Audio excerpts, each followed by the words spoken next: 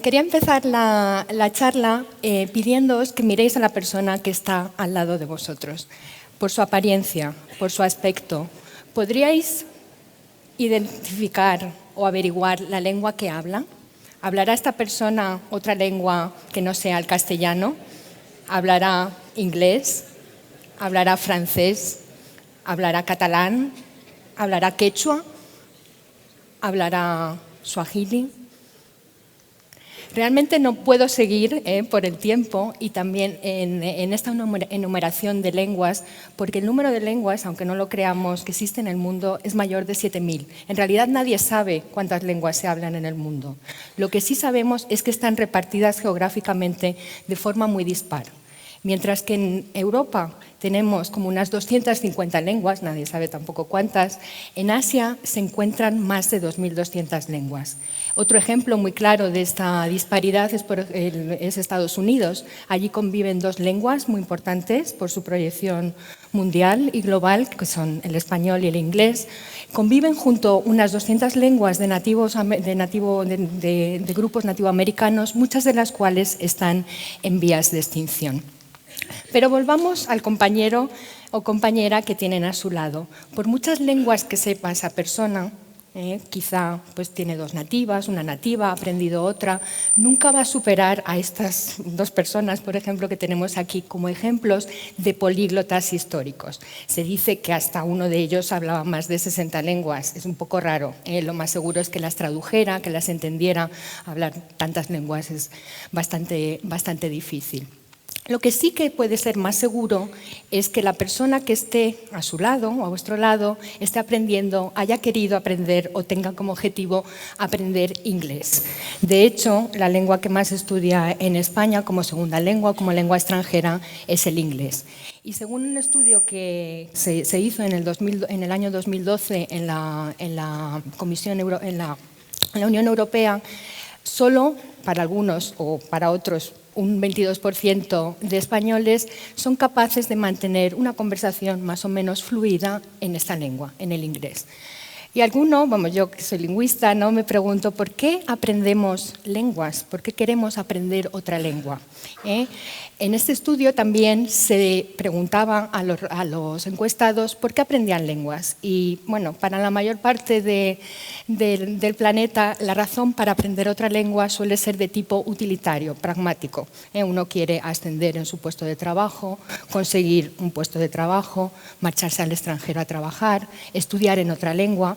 Pero lo interesante de esta encuesta es que en el caso concreto de los españoles había el quinto motivo por el que aprendemos los españoles otra lengua es por conocer otra cultura, por conocer al otro. Entonces, ¿cómo conocemos a ese otro? Normalmente, cuando estudiamos una lengua, nos dan un libro de texto, nos dan materiales, tenemos a un profesor. ¿Son capaces esos materiales que tenemos delante de nosotros de explicar, de reflejar toda la variedad que tiene la cultura del otro? ¿O por el contrario, nos presentan una visión edulcorada, neutral, un poco light, diría yo? Los libros de texto realmente han cambiado mucho. Los de inglés que se utilizan, por ejemplo, aquí en España son hacen un esfuerzo por mostrar un poco más de diversidad. Hay mucha diferencia de los libros que usábamos nosotros hace 30 años a lo que hay ahora. Pero aún así, los libros de texto, los materiales, incluso los profesores, y de todas las materias, estamos influidos por la parcialidad. Esta parcialidad tiene diferentes aspectos. Aquí no podemos tratarlos todos, ojalá, pero sí podemos pensar, por supuesto, lo más sencillo de ver son los estereotipos, pero hay otras facetas en las que muchas veces no pensamos. La omisión de un grupo concreto, en el caso de la lengua que habla esa lengua, pero es un grupo minoritario, o por ejemplo la fragmentación de la historia, o la presentación, pensemos, de la cultura como algo bonito, como solo aquellas partes de la historia de la cultura de la lengua extranjera que nos interesa recordar. Entonces, esto sucede también en la parte lingüística. En la parte lingüística, cuando aprendemos una lengua, asimilamos que siempre hay algo correcto, lo que dicen los nativos, y otra cosa incorrecta, que es lo que decimos los demás. Cuando la realidad es diferente, no todos los hablantes de español en el mundo hablamos igual, no todos pensamos lo mismo, no todos nos reímos con las mismas bromas, somos diferentes, y eso es lo que necesitamos hacer entender a la gente cuando quiere abrazar nuestra cultura. Y esto a mí me llama más la atención en una época en la que tenemos una posibilidad de conocer mejor al otro a través de las redes sociales. Pensaríamos que, bueno, que ahora a través del cine, la cultura, etcétera, tenemos mayor acceso a esa información. Desgraciadamente no es así, porque todavía la visión de lo que son las corporaciones, las multinacionales, está muy presente, y lo que impera es la visión de los más privilegiados. Esa es la situación respecto, más o menos, así brevemente, el inglés en España. ¿Qué pasa allá, donde estoy yo, donde la gente estudia español para aprender quizá la cultura del otro? La presencia del español en Estados Unidos es apabullante, no tiene comparación con lo que podemos hablar aquí del inglés. Todos esos puntitos que vemos ahí representan las poblaciones o la parte de la población en Estados Unidos que habla español. Su presencia está, por supuesto, en los comercios dedicados a los hispanos, pero también en toda la parte política, con mensajes en español, comercial, socioeconómica, en la sanidad. El español es parte nuestra en los Estados Unidos. Incluso en las universidades, en los centros escolares, el español es lo que más se aprende comparado con otras lenguas. Pero ¿qué sucede? Como todos sabéis, el español en Estados Unidos está asociado a un grupo que desgraciadamente está a su vez asociado con estereotipos negativos y prejuicios, los hispanos. Estos prejuicios de alguna manera hace años iban en disminución, pero desde la llegada del señor presidente, del último, a la Casa Blanca, los prejuicios han ido en aumento. La cuestión es que mis estudiantes, otros estudiantes están aprendiendo una lengua asociada a un grupo que no es privilegiado, todo lo contrario.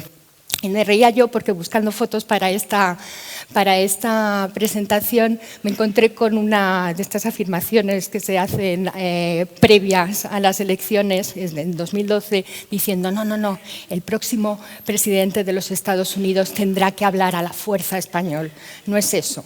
Al contrario, no solo no lo habla, sino que lo desprecia. Entonces estamos, en general, los profesores en todas las materias, pero más en el caso de las lenguas, enfrentados a una situación en la que tenemos que enseñar una lengua que está asociada con estereotipos, en algunos casos más positivos, en otros casos, como en el español, más negativos.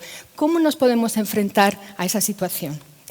Las diferentes formas de enfrentarse a una situación que no es aceptable se pueden resumir en tres. Existen educadores que dicen, bueno, mi profesión no me obliga a cambiar la sociedad. A mí no me han entrenado en magisterio o en una filología para hacer crítica social. Yo solo que tengo que enseñar la norma, como se dice, yo me llamo Juan, en español, en inglés o en chino.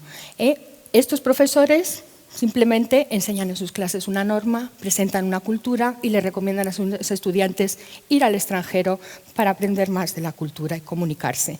Existe otro grupo. El segundo grupo, frente a una situación negativa o susceptible de cambio, es aquel que reconoce que existe ese problema, pero que a su vez lo acepta diciendo, bueno, ¿qué podemos hacer nosotros contra un sistema de minorías, de prejuicios, de estereotipos? Y al tercer grupo pertenezco yo, y por eso acepté la invitación de TEDx León y de Ernesto para venir aquí, para poner un granito de arena, no solo como profesora de lenguas, también como madre transterrada, madre de un hijo que aprende lenguas y el que no quiero que aprenda ninguna de las lenguas que está aprendiendo basándose en los privilegios de una mayoría ni en los prejuicios a los que está supeditada una minoría. El cambio, como ya se ha comentado aquí, yo creo que siempre es posible, sobre todo si uno tiene un sueño, como ya se ha dicho, para lograrlo ya estamos un pasito más cerca. El primer paso lo hemos dado aquí, todos juntos, un poquito rápido por la premura. Los siguientes, espero que los vemos en los siguientes momentos de nuestra vida. Muchas gracias por vuestra atención.